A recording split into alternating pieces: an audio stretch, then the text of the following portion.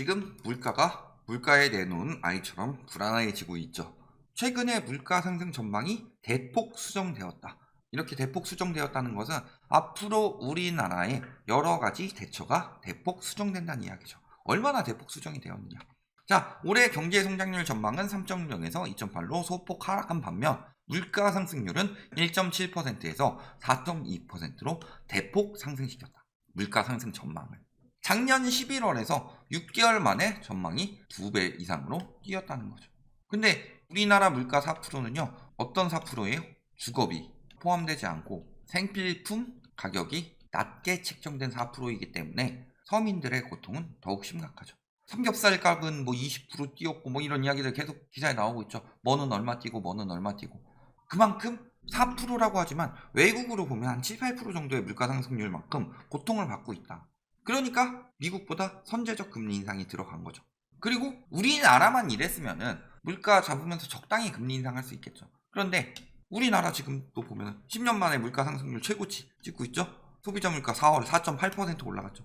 그런데 우리나라만 그러면 괜찮은데, 자, 미국 상승세 일단 멈췄다는데 예상치보다 높게 나왔고 그 전에 게 상승세가 높았을 뿐이지 이렇게 떨어졌다는 게 아니에요. 그냥 이렇게 된 거예요. 이렇게 고강도 금리 인상의 빅스텝을 밟는다고 했음에도.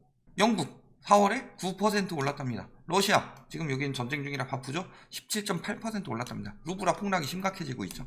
세계적으로 물가가 오른다. 그만큼 세계적으로 유동성을 축소하려는 장세가 일어나고 있다.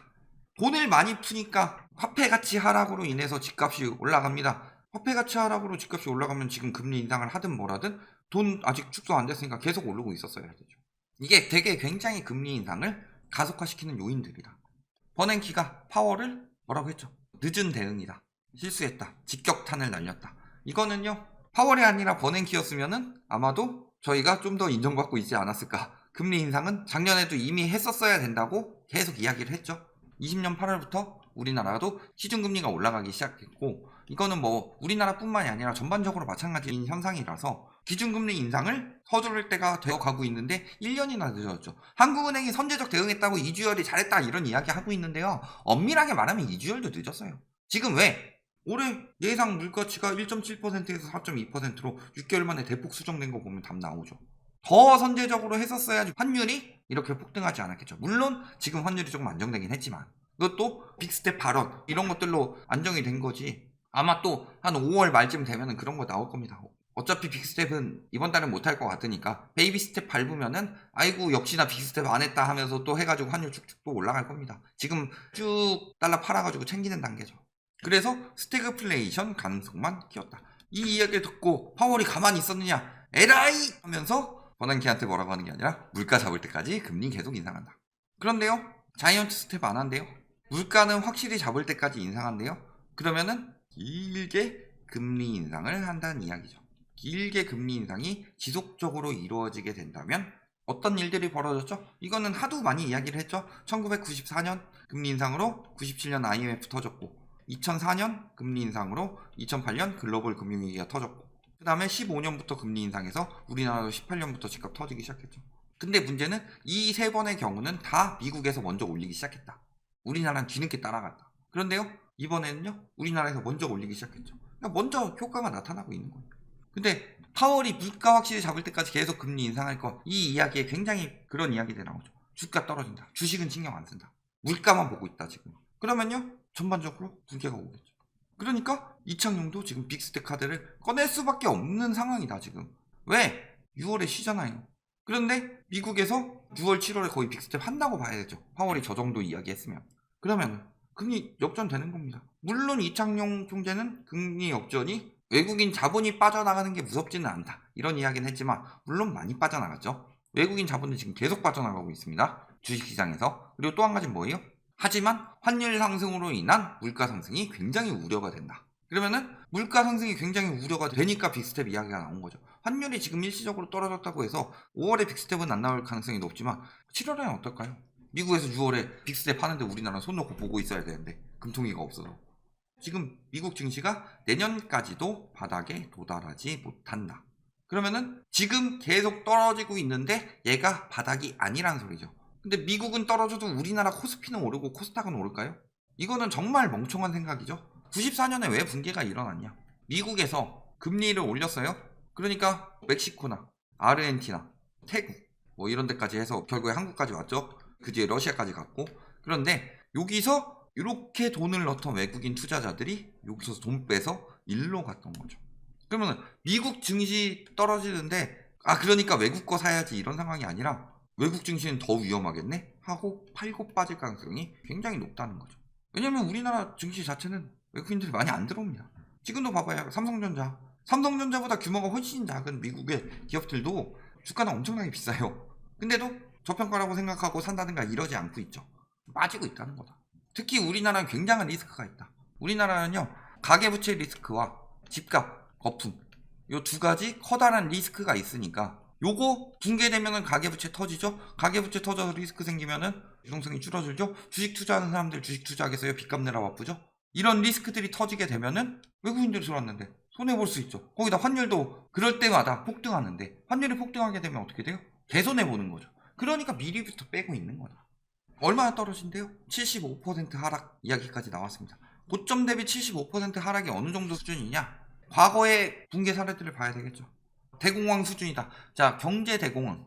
주가 하락이 얼마나 됐느냐? 89% 하락했다고 합니다. IT 버블 때 80% 가까이 추락했다고 합니다. 그리고 금융위기 때요. 다우존스 같은 경우 53% 떨어졌대요. 그쯤 떨어진다는 이야기예요. 근데 아직 뭐 주식 같은 경우에 이미 떨어지고 있으니까 다른데 부동산 같은 경우는 지금 안 떨어지고 있으니까 뭐라고 그래요? 글로벌 금융위기 때 경제 위기 때문에 떨어진 거다. 경제 위기가 안 오면 안 떨어진다. IMF 때도 경제 위기 때문에 떨어진 거다. 집값은 계속 올라간다. 그 경제 위기가 왜 왔는지를 생각해 봐야 되죠. 그리고요, 지금 그 경제 위기가 오고 있다고 계속 이야기를 하고 있잖아요. 회색 코뿔소라고 하고 스태그플레이션이라고 하고 사람들이 계속 그런 이야기를 하고 있음에도 불구하고 우리나라 부동산 전문가들은 집값은 계속 오른대요. 경제 위기가 오지 않는 이상 집값은 계속 오르고 지금은 경제 위기가 아니래요. 그러면은 부동산 부족하기 되게 쉬운 거 아니에요? 그들의 논리에 따르면 경제 위기가 오는지 안 오는지만 봐야 되는 거죠. 집값은 그냥 계속 오릅니다. 경제 위기가 오기 전까지. 이런 식으로 말하면 되잖아요. 그런데 뭐 공급 부족 핑계니 뭐 규제 핑계니 뭐 이런 식으로 할 거 괜히 그런 이야기 하다가 말 다 꼬인 거 아니에요? 규제에서 오른다고 했다가 완화해서 오른다고 했다가 경제가 안 좋으면 돈 풀어서 오른다고 했다가 유동성 회수하는 게 경기가 좋다는 뜻이고 경제 위기가 아니다. 경제 위기가 아니죠. 경제 위기가 아닙니다. 지금 증시로 이야기하고 있는 이유는 통계로 나오기 때문에 말씀을 드리는 거고 체감으로 느끼고 있죠. 올해 소득이 엄청나게 증가했다고 합니다. 그런데요, 비소비 지출이 너무 많이 증가해서 오히려 실질 소득은 감소하고 있다고 합니다. 거기에 추가로 물가가 폭등하고 있어요. 물가가 폭등하고 있다는 건 소비 지출 역시도 굉장히 증가한다는 이야기죠. 소득이 늘어서 집값이 오른다라고 하려면은 비소비 지출 쓰고 소비 지출 쓰고 쓸 거 다 쓰고 그 돈을 모아서 대출 껴서 집을 사죠. 일반적으로 실수요라면 자꾸 투기꾼들 기준으로 이야기를 하지 말고 그러면은 실수요들이 그렇게 돈을 모아야 되는데 모은 돈이 줄어들어요. 그렇다고 대출을 받자니 대출 한도가 줄었어요. 그래서 막 40년 주담대 50년 주담대 이야기하고 있는데 금리가 올라가니까 풀어줘서 상환기간이 길어지고 원금은 조금밖에 못 갚으면서 이자 부담은 더 커졌는데 한도는 오히려 줄고 있어요. 그래서 40년 주담대 50년 주담대는 은행 배만 불리는 거고 아니 지금 예대 금리차 이야기를 할 때가 아니라 40년 주담대 50년 주담대 이딴 짓거리 하고 있는 게 은행들 배만 불리겠다는 거지. 기간을 늘리면요 원금 비중이 줄어들잖아요. 이자만 잔뜩 내고 있는 거죠. 금리 인상기 뭐하는 미친 짓이죠 그게. 그런데 한도는 늘어나지 않습니다. 왜? 금리가 인상되니까. 그러면은 돈 모으기도 힘들고 빌리기도 힘든데 어떻게 집을 사요? 그러니까 맨날 하는 이야기가 뭐예요? 똘똘한 한 채. 자 그러면 똘똘한 한 채는 뭐예요? 다주택자들이 나머지 주택들을 처분하고 강남이나 서초 이런 데에 좋은 주택으로 하나 똘똘한 걸로 한 채 마련한다. 그래서 똘똘한 한 채라고 그랬죠. 지금 가격에 사는 게 똘똘한 한 채는 아니죠. 띨띨한 한 채죠. 그런데 그러면 나머지 그 주택들은 누가 사요? 그래서 지금 수도권엔 거래가 돼요? 서울만 거래 안 되는 게 아니라 경기도도 거래가 안 되고 있다 지금. 그렇다는 것은 나는 똘똘한 한 채 사고 싶은데 똘똘한 한 채를 사려면 지금 내가 다주택 사놓은 것들 최대한 비싸게 팔아야 돼. 그래서 호가는 잔뜩 올려놨는데 사주는 사람이 없죠. 이게 답이다. 그리고요 당시 40년 만에 닥친 미국판 인플레 대공황 떠오르는 세 가지 이유 뭐라 그래요? 근소한 금리 상승이 금융시장과 실물 경제에 파탄을 불러온 사례다. 그러면서 약간의 금리 상승이 과도한 채무 상황에 방아쇠를 당겼다. 그런데요 우리나라만큼 과도한 채무를 가지고 있는 사람이 우리나라가 GDP 대비 가계부채 그 다음에 가처분 소득 대비 가계부채가 세계 최고급 빚이죠. 거기다가 숨겨져 있는 빚이 있죠. 전세, 보증금 이런 것까지 다 합치면은 과도한 채무 상황을 가지고 있는 나라가 우리나라보다 심한 데가 어디 있어요. 그런데도 금융시장과 실물경제 파탄은 없다. 저희가 맨날 이야기하는 게 뭐예요? 낙관하고 있지 마라. 지금 상황이 이렇게 흘러가고 있다. 그래서 그렇게 되고 있어요, 안 되고 있어요? 코로나라는 변수가 있지 않았던 이상 거의 다 그대로 맞아가고 있었죠. 그리고 코로나라는 변수가 나온 상황에서도 거품 위에 거품이 또 쌓이니까 집 사지 말아라. 거품 위에 거품이 또 쌓인 상황일 뿐이다.